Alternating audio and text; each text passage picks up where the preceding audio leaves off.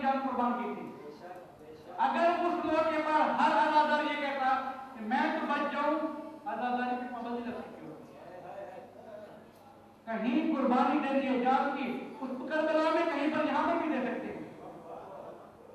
حسین کی صدا بلند ہے، حل من ناصر یرسلنا.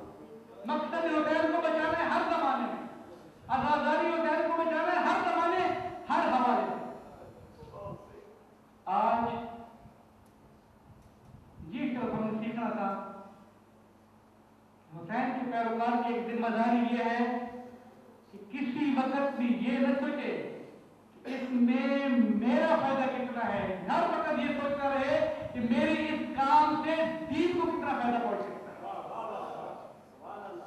اگر وہ یہ سوچ لے کہ میری اس مجلس میں دین کو کتنا فائدہ ہو سکتا ہے، میرا گھر میں علم لگانے میں دین کو کتنا فائدہ ہو سکتا ہے، میرے جلوس میں شرکت کرنے میں دین کو کتنا فائدہ ہو سکتا ہے، میرے فلاں مسجد کو بنانے میں پیسہ دینے میں دین کو کتنا فائدہ، ہر وقت اس کی اگر یہ سوچ رہی، مولا یہ فرماتے ہیں اس کا سونا بچھونا اوڑھنا کھانا پینا زندگی اس کی عبادت میں شمار کر دیں گے ہم. تو زندگی عبادت شمار ہو جائے. انما الاعمال بالنیات، اعمال کا دار و مدار نیت سے ہے، کثرت سے نہیں ہے.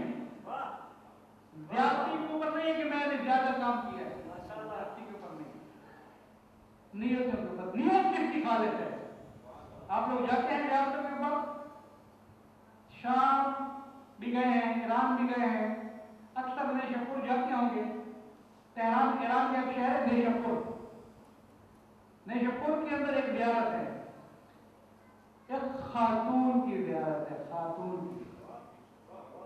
اس کا نام ہے بی بی شفیقہ. عموماً بہت افسوس ہوتا ہے، عموماً اکثر کاروان والے نہیں لے جاتے ہیں کیونکہ وہاں پر تھوڑے پیسے زیادہ خرچ ہو جاتے ہیں. یہاں بھی گئے لاکھوں روپے رہن کے خرچ ہو گئے، ہزاروں روپے رہن کے خرچ ہو گئے، لیکن کیونکہ ادھر بس کو ادھر موڑا گیا تو میرے 10 روپے خرچ ہو جائیں گے، یہ کسی طریقے سے 10 روپے بچانے ہیں. یہ بہت مشکل مرحلہ ہے، بہت مشکل مرحلہ ہے. بی بی شفیقہ کی زیارت ہے. یہ بی بی شفیقہ ہے وہ،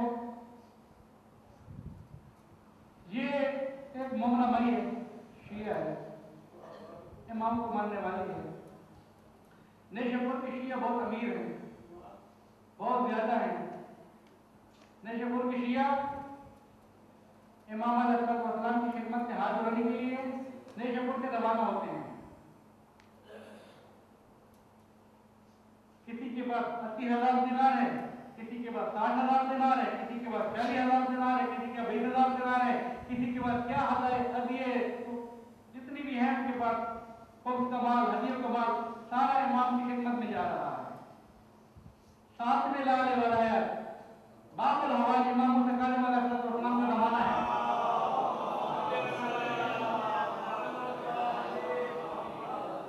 امام علیہ السلام کی بارگاہ میں حاضر ہوتے ہیں ساری چیزیں لے کے. ان چیزوں میں ایک رومال ہے اور ایک دینار ہے. ایک رومال ہے، ایک دینار ہے. وہ کس کا ہے؟ بی بی شفیقہ نے ان قافلے والوں کو دیا تھا کہ میرے پاس کچھ ہے نہیں، یہ میری طرف سے مولا کو دے دینا. جب لوگوں نے اپنے اپنے ہدیے دینے شروع کر دیے، ڈھیر لگانے شروع کر دیے، مولا دیکھتے جا رہے ایک طرح ہوتے چلے جا رہے ہیں. آخر میں مولا نے کہا جو میرے لیے آیا وہ بھی دے دو.